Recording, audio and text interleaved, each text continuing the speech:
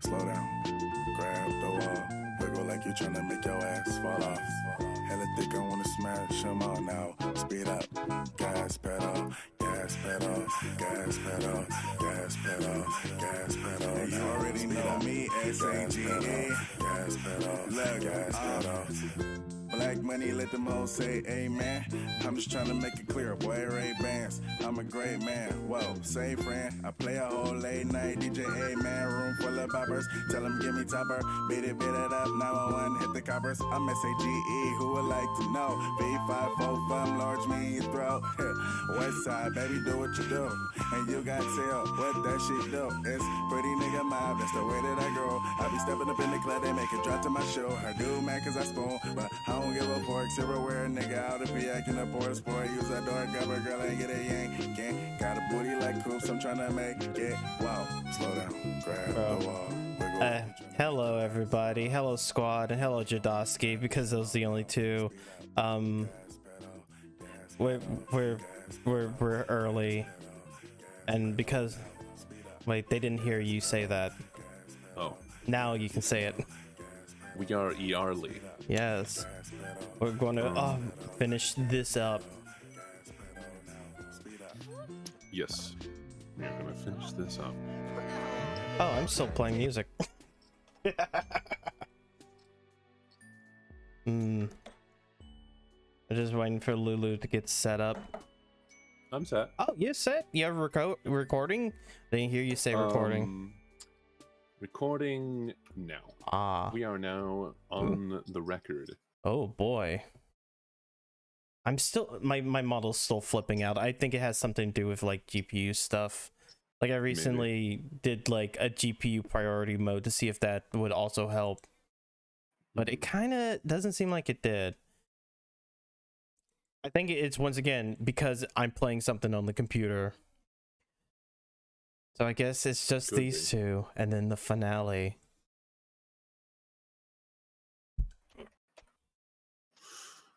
You've gotten pretty good at the old friend-making game by now, but even an old hand at palling around like you, a real platonic Lothario, has bad nights sometimes. Tonight was one of those nights. It's getting close to morning, and not a friend in sight. You'd met new people, sure, but none of your conversations had panned out the way you wanted them to. Every interaction had come to a close with your friend count no higher than when you'd started, no matter how many compliments, offers to help, and others tried and true friending strategies you'd whipped out. You won't stand for it. You're determined to finish out the night with at least one new buddy's name in your little black friendship book. But with the sun's about to rise, you have to admit, you're cutting it a little close. As each minute ticks by, the sky gets a little lighter, and the possibility of dying in an agonizing fiery death gets higher. Maybe it'd be best for you to just pack it in and find somewhere to spend the day. 1 second. Yeah, I heard some Windows noise. Oh my gosh! Nobody's been on my side. Nobody's been able to hear you for a minute because I forgot to change my audio to headset. Okay. So, we're finishing this up, blah, blah, blah, etc. Yeah. You pick up your trusty palm husk and call one of the many friends you already have to ask if you can crash. Hell, maybe Skilla will be up for sharing a raccoon again. The soothing ooze has kind of grown on you, and sleeping next to Skilla always makes you feel so comfy and safe. Turns out Skilla is more than down with you coming over. Time to make tracks. You turn tail and hurry in the direction of Skilla's digs, but it's not long until you run into a distraction. That distraction is in the form of a house. It's a dark, crooked thing hulking close to the ground. Slatted wood walls, sloping roofs. Vines cling to it like dust, and cobwebs cling to forgotten things in the attic. Something about it feels off. It possesses a certain energy that sends shivers up your spine, making your hair stand on end. An instinct deep in your gut is telling you to give it a wide berth. On the other hand, it's shelter. Skilla's place is a ways off yet. While the house is right here in front of you, It could be worth seeing if whoever lives here is willing to put you up for the day. Okay, dokie. Also, I will. Oh, God, I did. I'm gonna suggest we actually don't do polls for this one. Oh, no polls. All right. Well, Let's do this one as we're quote intended to end quote. okay. No So fucking way. no fucking way. Yeah, no, that's not happening. Didn't you just establish this place gives you the heebiest of jeebies? Plus, there's always the chance that the inhabitant will cull instead of help you. You're sticking to your original plan, thank you very much. Firmly ignoring the house, you continue on your way. You make good progress for a while. Your maps app says you're heading in the right direction, except oh, what the fuck? Why are you here again? Did you take a wrong turn somewhere? Whatever. You're not going to dwell on it. Time is running out and you need to get away from this stupid house pronto. You'll make sure you do it right. This time you'll go left. But I want to do it right this time. Oh, fair enough. Go right then. Okay, you split, breaking into a jog. The scenery flicks past as you pick up the pace, urgency spurring you on. It's getting even lighter. Won't be long now. What? You check your palm husk again. You're right back where you started, even though just a moment ago the map's GPS put you a decent distance away. This is ridiculous. There's obviously something weird going on, but the suns are creeping over the horizon. Time's up. There's nothing else for it. You make your way towards the house, even though everything inside you is screaming at you to stay away, even though with every step you take, your chest tightens and your hands tremble. By the time you reach the door, you're shaking like a leaf. Adrenaline zings through you. You could choke on it. You want to run, but you force yourself to keep moving forward. It's a slow motion race between you and the sunrise. At this rate, the suns will make it all the way into the sky before you can even knock. You drag yourself the rest of the way, stumbling onto the front step. The door knocker is an intricate yet grotesque thing, an undulating tongue lolling out of a set of sharp teeth, all in cast iron. You grab the lumpy end of the tongue and bang it against the door. Nothing. Fuck. Maybe you'll get lucky and the door will be open. Out of options, you reach out and turn the doorknob. You can feel the first licks of sunlight against the back of your neck. Is it just you, or is your skin starting to blister? But today's your lucky day. The door opens.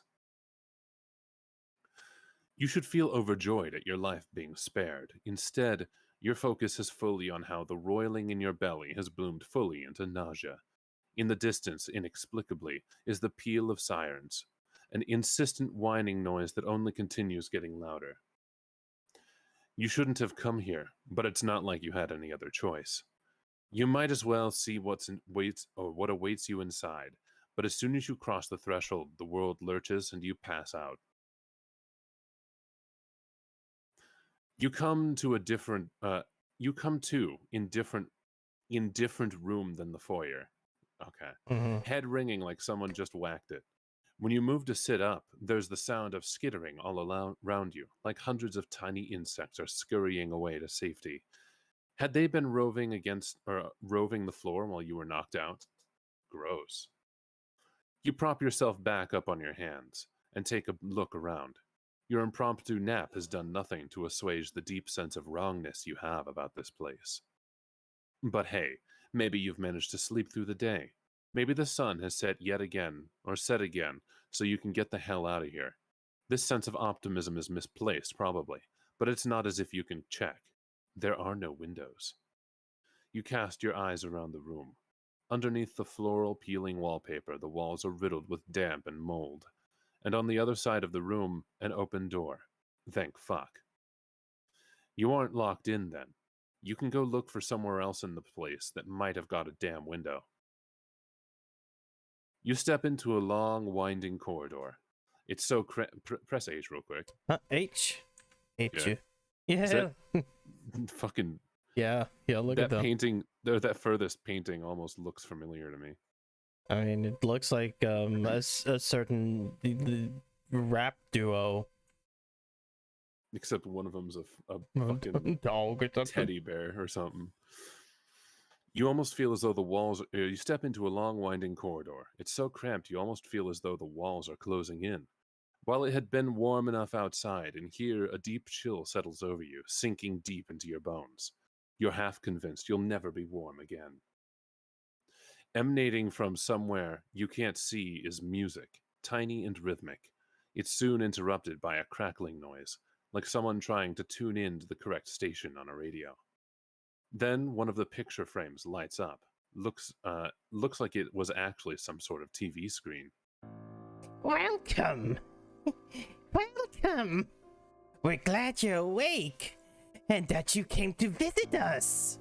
We've been really bored in this stinky old house. It really sucked. We could have just died from how boring it was. Two voices, one monotonous and so quiet you can barely hear it, the other shrill, dramatic, like its owner never learned the meaning of the words indoor voice. Catching what the quieter person is saying isn't made any easier by the high-pitched giggling that starts up in the background whenever they start speaking. So hurry up and find us. We want to play a game.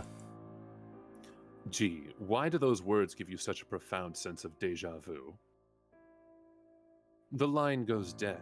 At the same time, a door pops open at the other end of the corridor. You're meant to go through it, you guess. You'd rather go somewhere else, anywhere else, other than through that door. But there's nowhere else to go. Or is there? Now we can ask people if they want to. Okay. If they want to just go for it, if they want to go on another exit. It's just that there was no choice with the first entering one. this place, so that we might as well, it's kind of like a might as well try to resist. Yeah. So. All right, give me a second. Please, OBS, do not crash. Please, OBS, do not crash. But I think it's kind of clear that the options to get all of the dialogue in this one are going to be search for another exit or try to run away. What do you mean service error? Service error? Yeah, I just got that, and it's like a poll is already active. Does it go? Okay. Refresh the page? No, okay, it's going on the other end. Weird. Din OB's cry No. er depression. No, Maverick. Hello, Maverick, and hello, my other accountants, and welcome to the early we gotta go stream. Something like that. Yeah. Also, before my other accountism asks, yes, I got the Cinder Ace.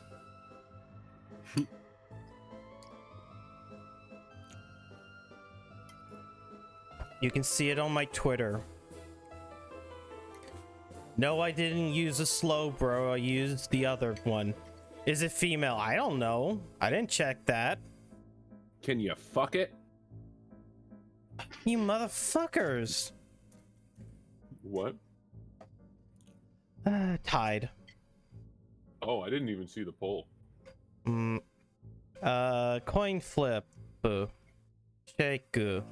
Tails, search for another exit. All right.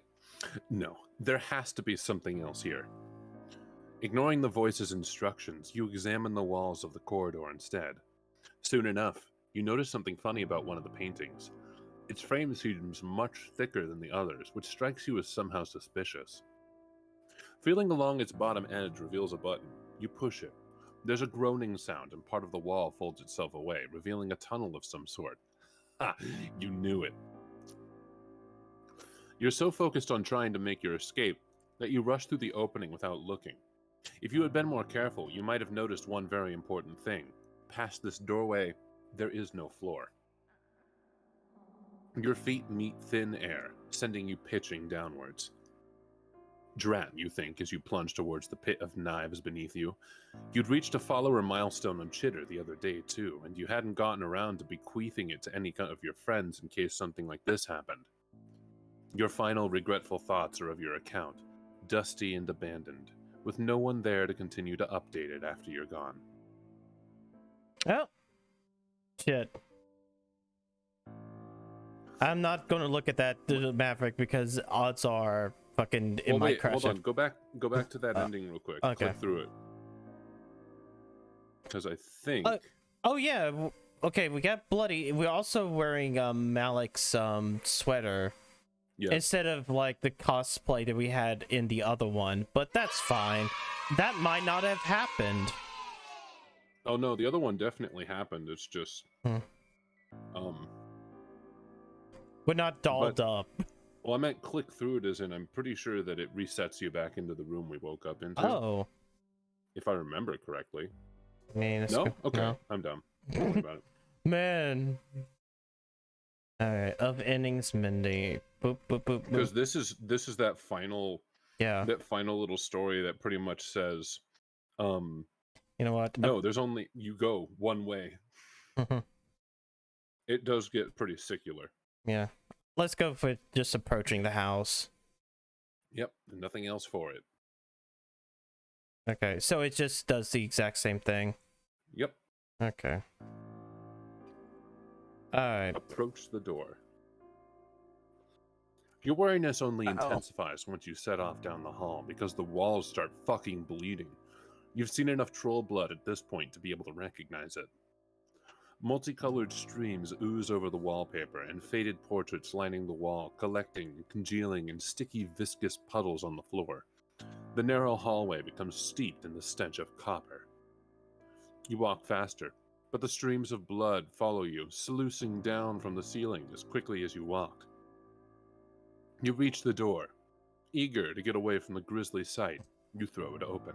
But, oh god, you hadn't considered what might be waiting for you behind it. What if these two shady characters plan to torture you?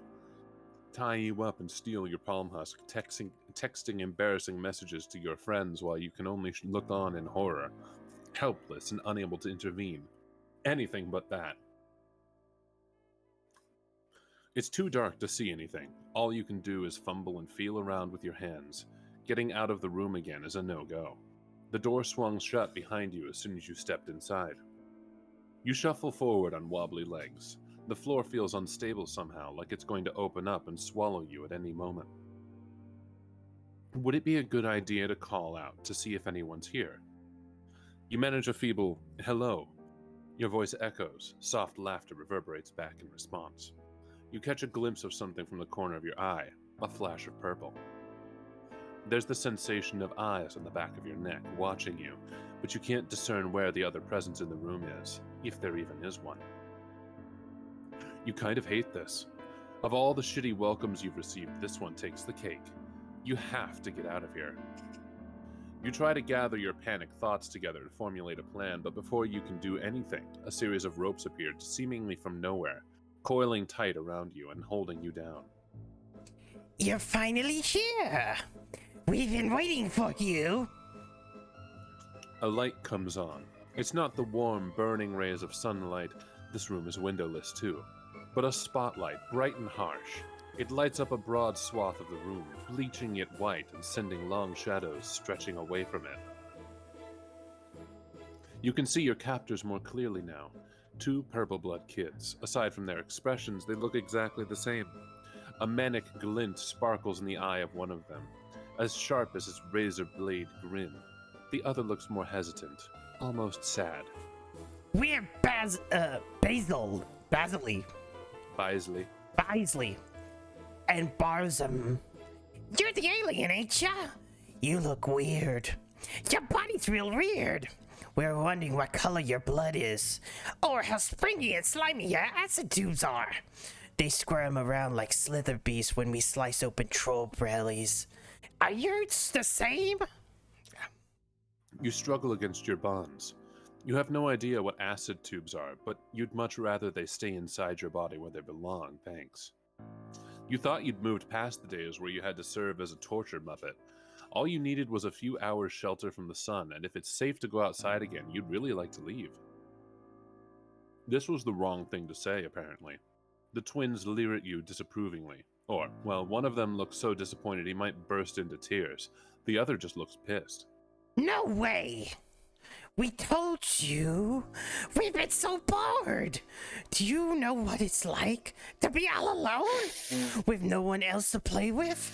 For wipes? We might have each other. We're never truly alone. That's what makes us makes being us so great. But it's a little difficult to play pranks on someone who always knows what you're thinking and feeling. Wait, you thought Barzum was the quiet one and Bisley the loud one, but it looks like you were mistaken, or did they switch? If you weren't faced with the prospect of having your innards yanked out and played with by bloodthirsty children, you might be more puzzled by their statement. As it stands, you have more pressing problems on your mind right now, so their words are more or less fly over your head. You squirm harder, even though it doesn't do any good. In fact, it just seems to make the twins madder. Sadder? You settle on smatter. Stop trying to get away. It's always like this. Nobody ever wants to play with us. We hate it. Now hold still.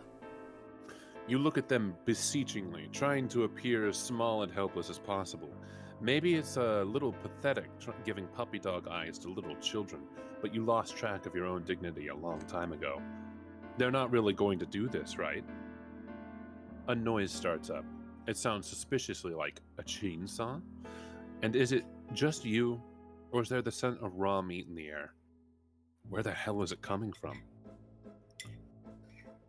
You continue straining in your bonds, stomach clenching in fear, bile rising at the back of your throat. They're not actually going to hurt you, right? Oh God. Oh God. Oh God. Oh. You wake up, gasping, but you aren't strapped down anymore. You're in the same room that you were in at the beginning. What happened? The room hasn't changed since you'd been gone. There's still only one way out. You really, really don't want to step through the door again. But what else can you do? You step through the door. There's that radio crackling again. Welcome. Welcome. We're glad you're awake. Their little greeting goes on, just like it had before. A pre-recorded message, maybe? Your heart pounds as you step through the second door. You're hoping you'll be able to sidestep the ropes this time, but instead of getting tied up, you trip forward into a vat of what feels like glue. You were lucky enough to have turned your face away from the stickiness, so your nose is still above the surface, so you can breathe, for now anyway. But you can't move. You're finally here. We've been waiting for you. They're acting like it was the first time all over again. What is this fuckery? Are they messing with you? You met already mere minutes ago. No, we would have remembered. Meeting a weirdo like you. Stop trying to trick us. Then everything goes black for a third time. And here you are again. Welcome. Welcome. Are you for real? This time you get shoved into a box. You're pretty sure you pass out while you're in the middle of getting buried alive. You come to in the room you're beginning to think of as yours yet again. You pass out 5 times. 10. You begin to lose count. You never pass out at the same point during the twin shenanigans, but it inevitably happens, and you always end up right back where you started. The worst part is that while your conversation with the twins stays the same, the way they trap you changes. You get trussed upside down from the ceiling, dunked into a water tank, scrabbling to get out while your lungs begin to burn from lack of air. Every time you black out before you can die, but you've almost died dozens of times now, and it's really beginning to stress you out. You have to be stuck in some sort of time loop. You see this sort of thing in movies all the time, and everyone knows that movies are the best points of reference for one's actual life. The hero wakes up in the strains of an old pop song playing on the radio and reminisces over their childhood journals, which sends them back in time where they have to stop a crime before it happens. Or maybe you're thinking of a different movie. Anyway, your point is that you have to find a way out of the loop. Hopefully, you won't have to do anything too wild, like stab your past self and then throw your own bloodied corpse out the window. That would really, really blow. Unfortunately, you can't seem to find any clues indicating what you should do next. You always pass out. The twins are always excited to play with / torture you. They don't seem to be aware that any of this is happening from what you can tell. After round 20 or something or other, you've had it. Enough is enough. You can't take any more giggling, any more of that hard, damp floor, any more excruciating games. You might not be any closer to figuring out what to do, but you have to try something.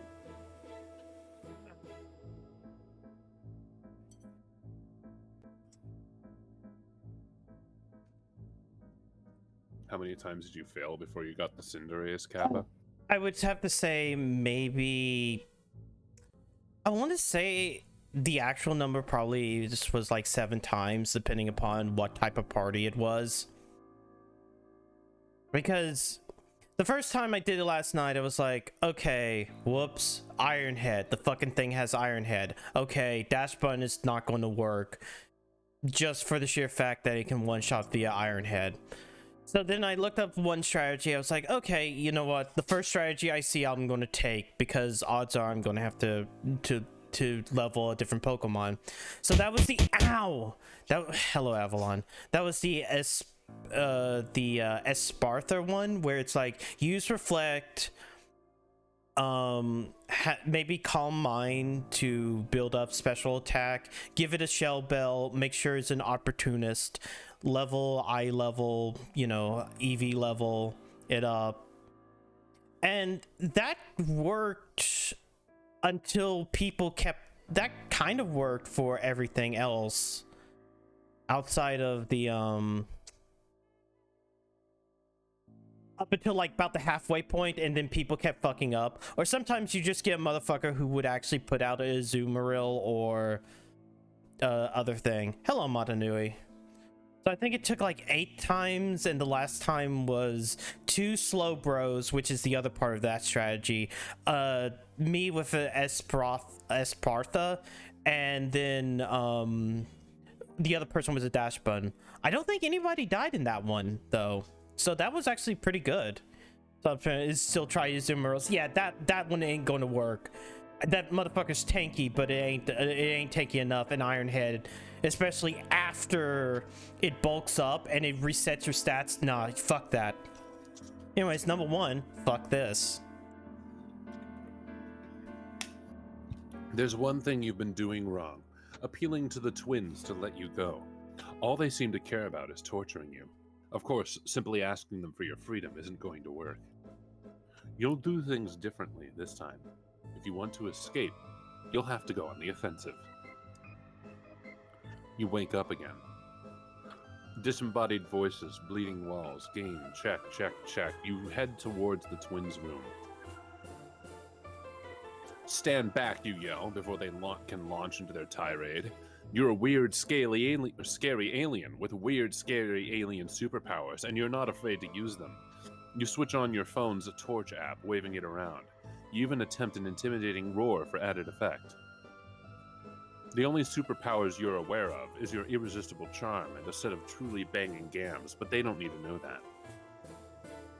Your gambit works. They don't cower in fear exactly, but they're bamboozled enough for you to look frantically around the room as much as you can with your paltry light source. There, an air vent with a loose grill. With a desperate yell, you launch yourself up towards it and crawl inside. The twins, finally aware that this is all just an elaborate ruse, start shouting after you. The twins' indignant voices start to fade as you wriggle deeper into the dusty guts of the house. You can't have very long. It's only a matter of time until the diminutive terrors climb into the vents after you. Or maybe they'll run ahead and then cut you off via one of the other rooms the vent's connected to. But they must know the layout of the house better than you do. Much to your surprise, though, you re-emerge at one of the outside walls with no trouble. It's dusk, not day, for which you mutter a quick thank you to your merciful overlords. From here, it's a simple matter of picking your way down the vines until you get to the bottom. Once your feet touch the ground, you start running. When you cast one wild glance back over your shoulder, you catch sight of them, your captors, who you've successfully hoodwinked. They're standing in the grand front doorway, screaming. You have no idea why they aren't coming after you, but you don't question it, pumping your legs until they're burning. It's a good thing you spent all that time jogging with Stelsa. You've gotten really good at running away from your problems. You stop running once you can't see the house anymore. You're a little surprised that getting away turned out to be that simple. But you know better than to look a gift hoof beast in the squawk gaper. Relief floods through you in waves. You did it. You got away. You slow down to a leisurely walking pace, pulling your phone out as you go. You have a slew of texts from Skilla, who'd been wondering what happened to you after you'd never turned up. Her invitation to come over and hang out still stands, though. Oh boy, you can't wait to finally make your way over there and chill with her. You'd never play favorites among your pals, but you have to admit that you hold a particular fondness for Skilla. Her whole thing where she always makes sure not to cause you any bodily harm, that definitely has its charms. You keep walking, but after a while your stomach starts to sink. It's been half an hour and your surroundings don't look any different. You should be closer to Skilla's neck of the woods by now. It's not until you catch sight of a weathered wall, all wound with ivy, that you realize what's going on. It's the house again. You're still stuck. You're not going to be able to leave its grounds no matter how much you walk. You might have escaped the house, but whatever curse or space-time witchcraft this isn't confined to within those walls.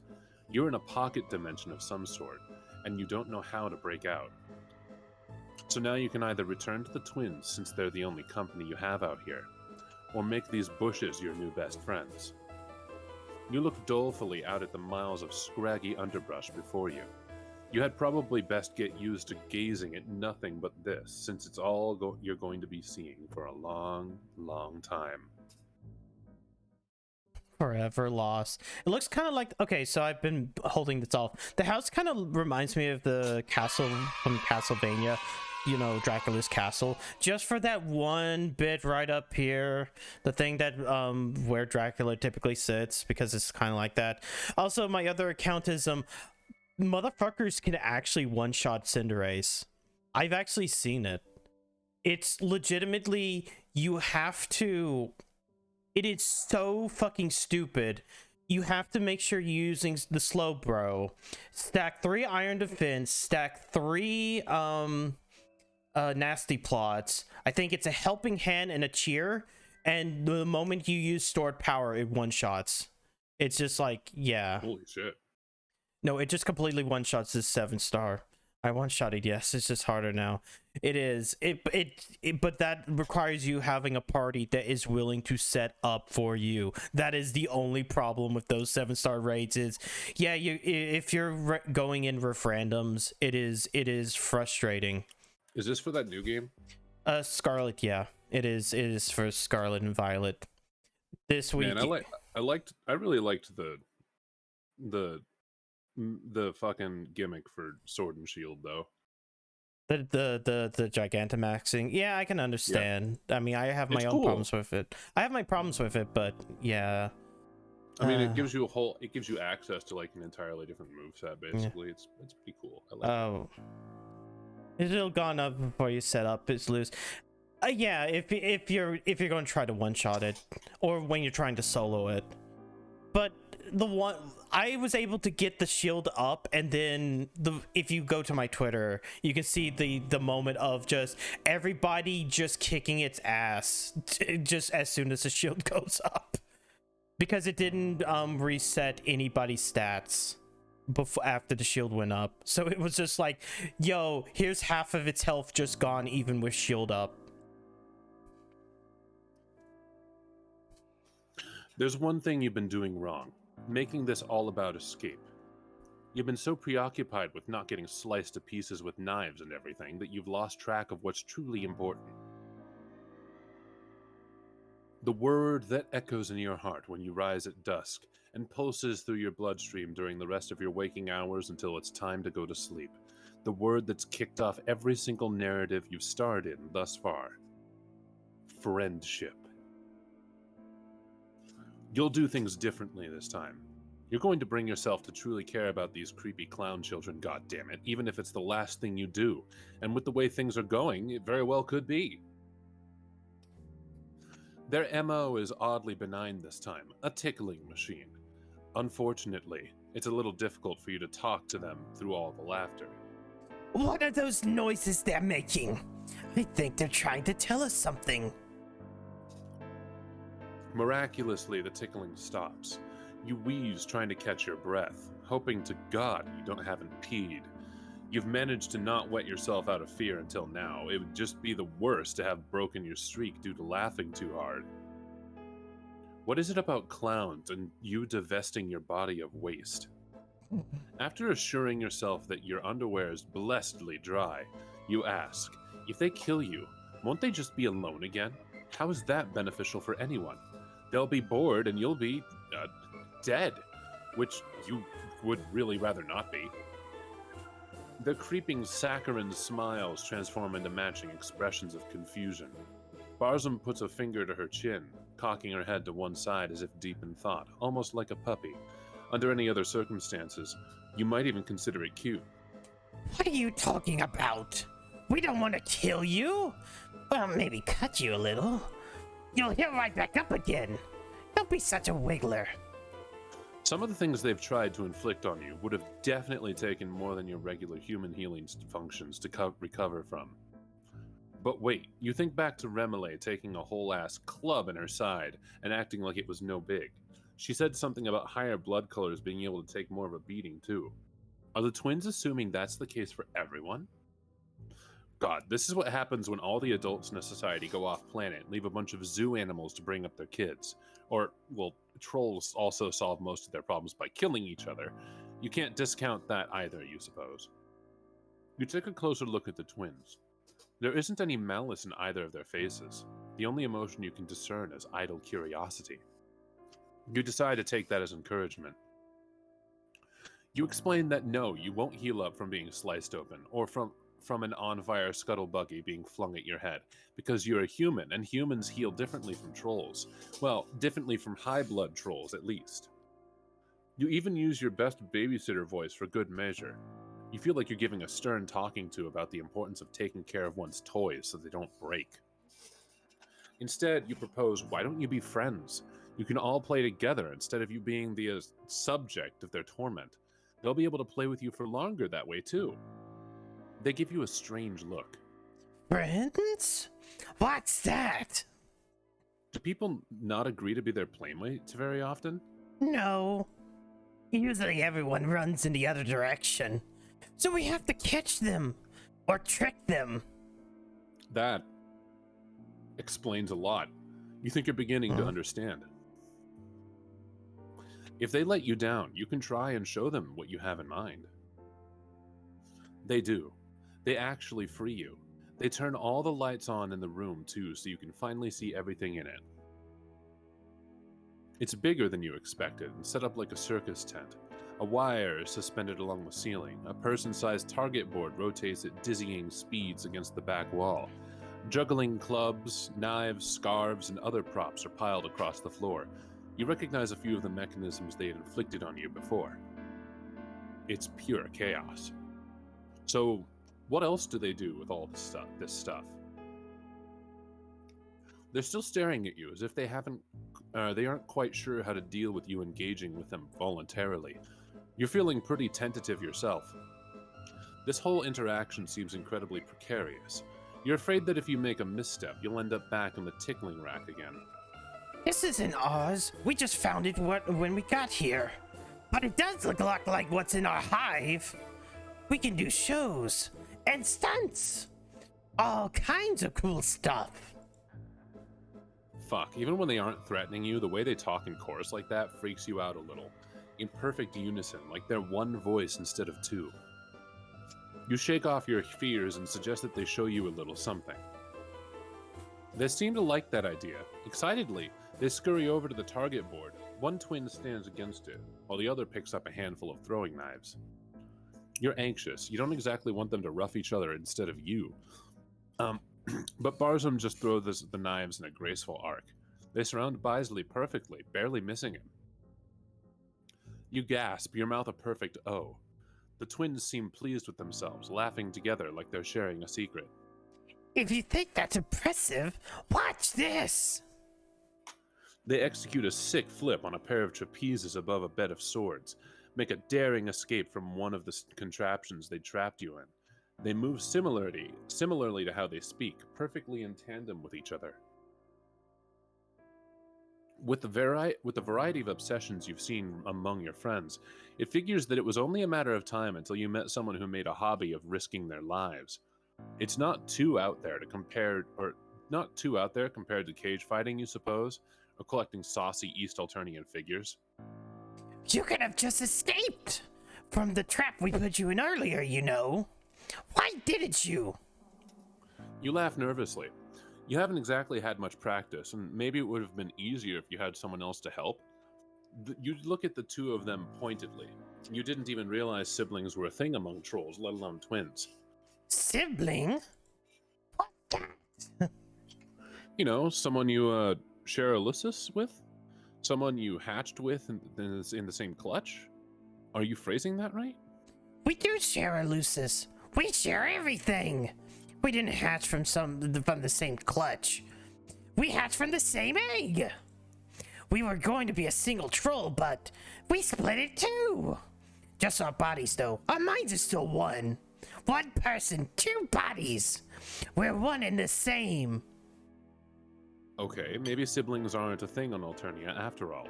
Being literally the same person is quite a bit different from the human concept of twins or siblings.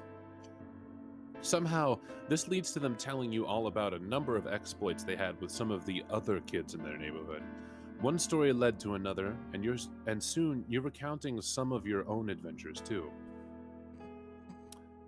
They particularly love your attempt at giving an impression of Nikki, clapping and crowing as you get into a dramatic power stance and flex your flimsy muscles.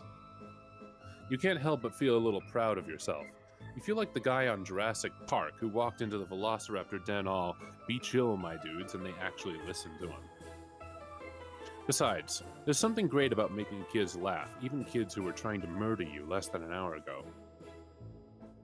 The twins are in the middle of talking about a prank they've played that they found hilarious, and that you've been trying hard not to grimace in horror at when you feel it. A certain change in the air. Didn't they mention they had been stuck here? Did we? Yes, we have. When we tried to go out the door, some sort of force pushes us back. You're the first other person we've seen since we've got here. You had a hunch that might have changed. Why don't you all try again? They look at you skeptically. If you want. It's not going to be any different, though. You just tell them to trust you. You look at the front door. The twins are crowding you from either side, clinging onto your arms and edging so close it's like they're trying to burrow into you. Ready? They nod. You push against the door. It opens, and you breathe in the cool evening air. Not so fast! We've gotten this far before, but we won't be able to go any farther. You'll see. You take one step, then another. As you look beyond the grounds of the house, you see things you hadn't when you first got here. Mountains in the distance, other houses. Before, all you could see was shrubbery. You pick up the pace. The house falls away behind you, disappearing into the fog. Whoa! You did it! You actually did it! We can finally leave. They swoop in to grab you, hugging you hard. The curving horns of their masks almost stab you in the cheek. These things are a bit of a hazard when their wearers only come up to about where your chest is. They keep talking before you can get a word in, pulling you towards or forwards and shuffling you along between them. It looks like you were right. It wasn't just enough to save yourself, you had to save them too. You don't know how, but the key to making this little patch of universe obey the rules of reality once more was friendship all along.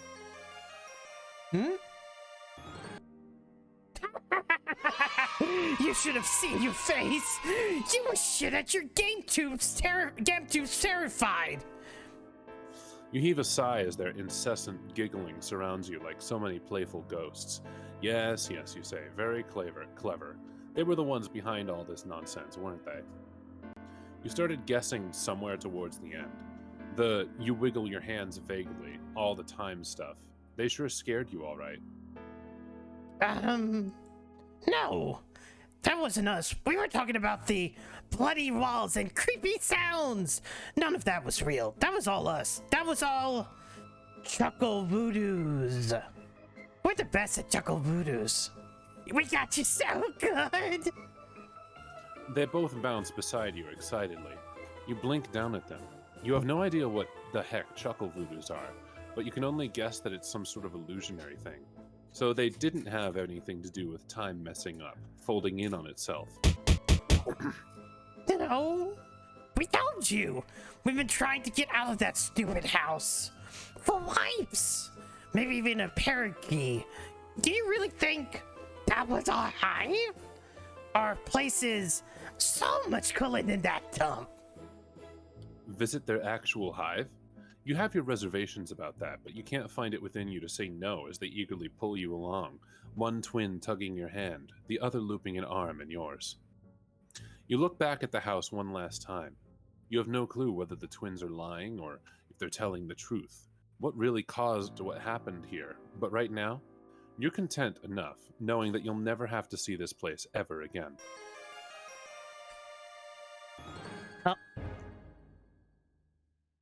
Do you want to understand? I'm not putting this up to a poll. Yes, I want to understand. Of course you do. Your sort of creature always does. You're worn out. Last night was, well, it sure was different. You lived, probably. You learned, definitely. You've made your choice. You made choices. You had to. After all this time, you're here. You still are. So after a day of recuperation from ragers and houses of horrors, you're out walking the streets of this place you might as well start calling home. You've changed out your party gear, opting for your old hoodie standby. It fits the mood you're in. You're not really looking to meet anyone new tonight. Well, you wouldn't say no, probably. But you're not jonesing for it. Only a little. It's complicated. After an indeterminable amount of minutes of aimless walking, you look around at where you've ended up. You seem to have wandered into a dirt pile. Oh, you know this dirt pile. It's Foz's corpse field. How did you get here, you wonder? You're pretty sure you were just on the other side of the city, with no particular desire to come anywhere near here. It's probably fine. You your deep, innate bro honing skills taking over your goddamn body. Just little friendship things. You look around for your pal Fozzer, peeking down into a few of the deeper holes. You might as well say hello, since you're here and all. Holy shit, that... again? Curiosity killed the cat, but you definitely got more than 9 lives. So you shrug and slide, not gracefully, down into the shiny hole. Fars is nowhere to be found, but there is a window down here. It is almost completely unearthed and doesn't take much effort to free it the rest of the way. At first, you think it might be some cool new trash you could make art with, but when you look closer, you reconsider. There's a whole ass room you can see through the pane of the glass laying at your feet. That's weird. Rudeness isn't typically a deterrent for you. But usually there's at least some causally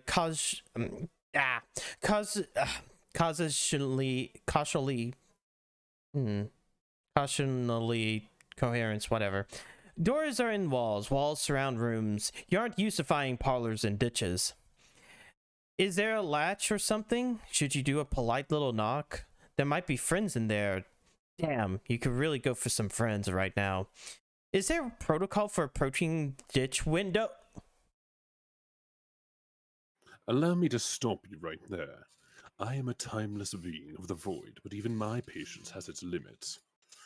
Fun is fun, but the frivolous navel-gazing is no longer necessary. Come in from behind the shadow of that narrative text. It's so very hard to see your face. You aren't sure where you are, and it's unsurprisingly a little nerve-wracking. You look over your shoulder at the window. You guess you just fucking came on through. The alternating sky is framed by the edge of your dirt hole, and the knot in your stomach loosens a bit. Hopefully that means this is a two-way portal. You turn to look at your surroundings, and oh, there's someone here. The guy you've just heard, you assume. He doesn't look like any of the other aliens you've met. Oh, I'm not an alien, or no more than any of us are alien to each other. In fact, nothing is alien to me. And the root concept behind that term is alienation, being forced from that which is natural. Nothing is unnatural to me. I look upon all realities as equally inviting and approachable. It's you, my dear, who are out of place. I could see that even if I was not omniscient, which I am. Okay, so not an alien, with no horns or caste sign, though he's definitely not a troll.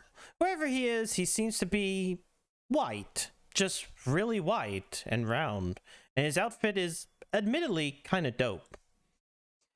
Looking at him, it really ramps up your friend thirst. He's just got the quality about him that you can get with. You take a step toward him, and almost without thinking about it. Oh, my apologies. That compulsion has become extraneous. Let me take care of it for you. He snaps his fingers and your knees buckle. The force of the universe presses down on you like G-force. You blink and somehow he's there immediately, arms outstretched to catch you as you fall. He steers you to a chaise lounge, and you drape yourself weakly on it. Please have a seat. The emotional transition might be a tad uncomfortable, but I know you've handled worse. You're quite the soldier. Allow me the first to say that I am very pleased with your work. I knew exactly what you were going to do, of course. And most of your work was, in fact, my work. Regardless, congratulations are in order. What is this guy talking about? Your work? You try to parse what he's saying, but your body is still shaking for whatever he just did to you. And it's hard to think in here. You suddenly sharply don't feel friendly towards him at all anymore, or towards anyone. The void left by that feeling is freshly gaping horror. It's like who you thought you were caved in of itself. A black hole of personality eating your body up from the inside. You try to pull your shit together. He seems like he means business. This is no time to lose it, no matter if your sense of self is shattering. When you truly reflect on yourself, you surely can't, with any honesty, claim that any of this was by your own making. Crash landing on a hostile alien world, surviving the impact, dragging around a half-broken body, and somehow not immediately being eaten by local fauna? Did you learn an alien language just by thinking about it very, very hard? Right. Malik said something about that, and that you were speaking perfect Alternian, and it was kind of weird, but you kind of just accepted it for no good reason. That's your whole deal. Your friends all accepted your quirks. That's what friends do. You say it to convince yourself as much as it is to prove it to him. So many trolls, so many fascinating aliens, and all of them wanted to know you. Did you really think you managed that on your own laurels? Were they all drawn up to an indefinable something, je ne sais quoi? Well, yeah. You had this whole emotional arc. You got self-confidence. You grew as a person and helped others to grow. The white text guy doesn't make expressions, but you get the feeling he's looking at you pityingly. I find you sweet. Honestly, I do. I don't intend to cause emotional injury. I'm just telling you the truth. I never lie, you'll find. It isn't like you don't have admirable qualities of your own, of course. You've made quite the valuable vessel for me, and I appreciate that very much. I could not have done it without you. I am only joking. I absolutely could have done it without you. It's just infinitely more fun to do these things together, is it not? What things? What did he do? What the did you do? You hope you didn't do something that would fuck up over all your friends. Though, when you try to think about them now, the bonds you felt before come up all twisted. Without the artificial friendship drive he'd given you, pushing you forward, you're not even sure what those memories are supposed to feel like. You close your eyes and breathe. You try to remember the way Polypa touched your face after you touched hers, her claws trailing down your cheeks, how Tizia slept trusting as you kept watch, how Tagora gave you a chance when he saw something in you didn't even see in yourself, how that not long ago you got that chitter handle of an extremely friendly jade-blooded boy. Those moments are like the memory of warmth to you now, blurry, cold, and out of reach. Was all of that nothing? Your heart is a chasm. Don't worry so much about it. I simply needed some dots connected, some pieces in place for my next move. Choose whichever metaphor suits you. Whichever way you frame it, because of you, everyone will soon be in their right place. Shit, what have you done? Your head starts to spin, and you think you might cry. So you pull your hood up over your head to block out the harsh green of the room. You try to imagine it still smells like a little like Malik. It doesn't. It doesn't smell anything like anything, really. But you remember that what it smelled like at first, and you hold on to that. It was real, you tell yourself. Your friends were real, and that's what you felt for them. And with them was real too. You're afraid for them, and as guilty as you feel for craving it, the fear just makes you need those feelings you felt before even more. You're clawing desperately for euphoria of caring, of being cared for. Who cares if your hand was forced? You felt it, and it still matters. You remember how you felt watching Chixie perform, bathed in light and righteous anger, and also how drunkenly commiserated with her later when no, that's not right, that didn't happen, except you still remember how hungover you were the next day. Just when you started making sense of things, the whole fucking world shifts under your feet again. You can't keep up with all this moving real estate in your brain. Ah, yes, the resets. Annoying but necessary. You were just indescribably bad at keeping yourself alive and in one piece. You weren't quite as adept at befriending aliens to start out with. My intervention was necessary to keep you on the right path. Time and space mean very little to me, but I had to move quickly and again, repeatedly. Swipe some incriminating note-taking here, befriend an impressionable young upstart there, anger a polar bear, inspire some bandits. You know how it is. You have to throw the temporal spaghetti at the wall to see what sticks. I'm sure if you look back, you'll be able to see traces of my deft touch. So, a few memories may have slipped through the cracks here and there. Timelines tend to collapse in on each other if you aren't careful. Your ability to mentally withstand such an event, and so often, is a testament to my acumen in choosing you for the task. You even almost caught on a few times, which I must say I was not expecting. You almost listened to the silly little girl who likes to dress up in big coats and cause me trouble. And, as always, some bystanders end up caught in the crossfire. The one with the shovel, for instance. I doubt his mind will ever be the same. A pity. You sit up straighter and clench your hands into fists. Over the course of his pompous monologuing, you've moved past fear and grief and onto deep, globe-chafing rage. How dare he do this to your mind, to your friends' lives? What was so important that the one white orb asshole had to fuck with the destinies of everyone you've grown to care about? There are answers out there, and you deserve them, and so you demand them. Adorable. Yikes. You shift on the chase lounge so as to better hide your famous legs from this creepy round fucker. Oh, calm down. All of you and your adherence to societal expectations and archetypes. Perhaps one day you could just learn to take a compliment. Besides, I was being condescending. So you demand answers. He sighs theatrically. You're unsure where the noise is coming from. He doesn't have a mouth. How is he even talking? How the fuck does anything work at all? I knew you would, but I find explaining myself incredibly tedious. Suffice it to say, I'm a man with many boards and fields of play, and although there are countless ways to move the players around those boards, some are doubtlessly more entertaining than others. You were simply one pawn among many. I won't bore you with the details. Doubtless you are aware of the greater contextual framework of this story. The hell you are! You aren't aware of jack shit. Your head is full of question marks. Oh, of course. How thoughtless of me.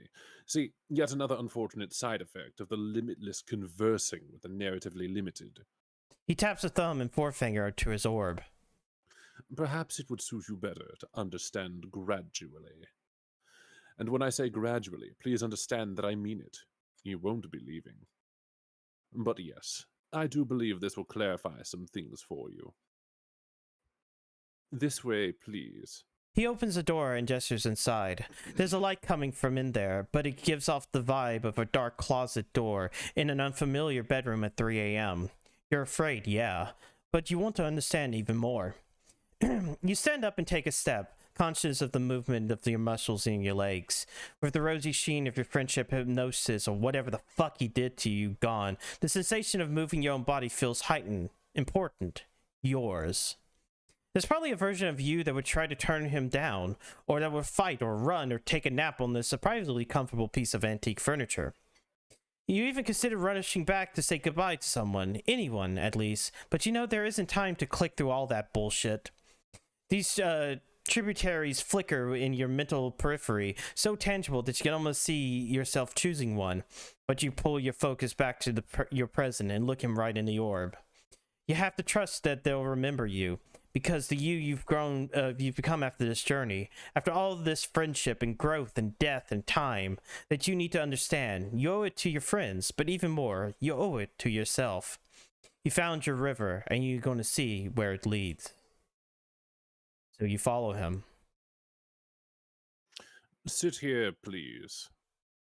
In the interest of expediency, I will leave you to your own devices while I go deal with an unexpected but entirely unwanted, or an expected but entirely unwanted guest. It shouldn't be too hard to pass out the truth on your own. All you need to do is read a brief webcomic. You guys can't see what just happened, but it opened up a web page on Yeah, Xaver's it has. computer. Hold on. Actually, if I just... It has. It's very important. Give me a second. It is not even loading. There it is. Share that screen with me Yeah. so that my end can see. Oh, well, no, it's up on my stream. Yeah, I just popped it over.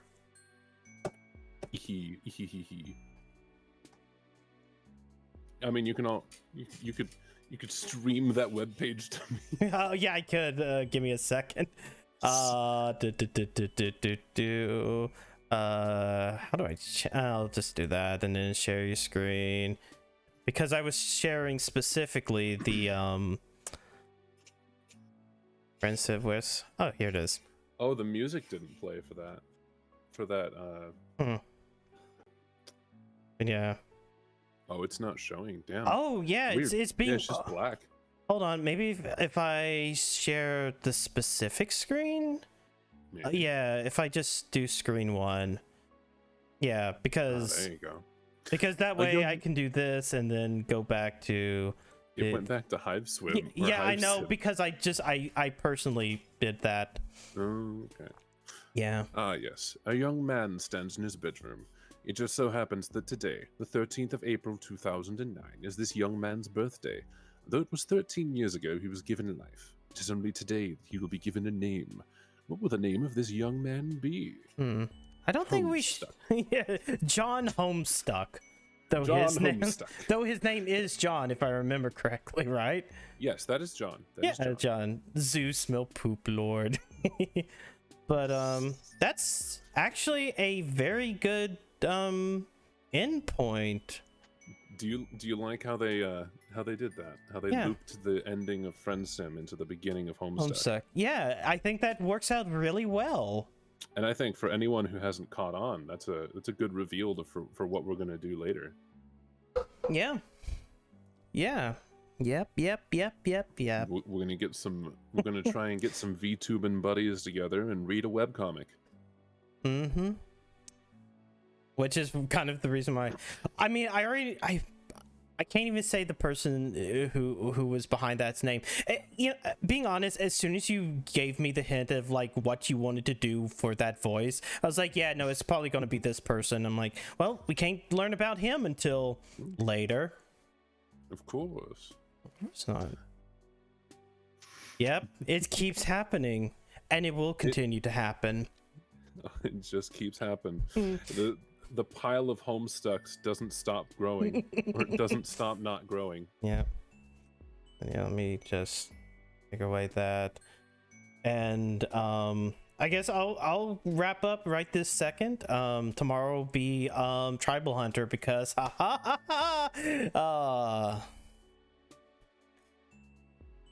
and anyway, and same thing with Sunday night, and then I'm taking next week off. So fuck, who am I raiding? Shit, I don't know. Fuck, who the fuck am I going to raid tonight? Wait, shit. Where the hell am I going to take y'all? I have no idea. Freezy's going to be mad because he missed it, but who cares about Freezy? Wait, shit. I shouldn't say that. Anyways, thank you guys. No, we despite everything, we love Freezy. Yeah. Anyways, thank you guys for stopping by tonight. Stay safe. We're going to send you over to Mama Lulu. Have a good night, and I'll see you tomorrow. Oh, yeah. I'm going to play Conan. For a Tribal Hunter. Have a good night. Mwah. I'll see you guys soon. I guess that kiss was for you, Xavier. Yeah.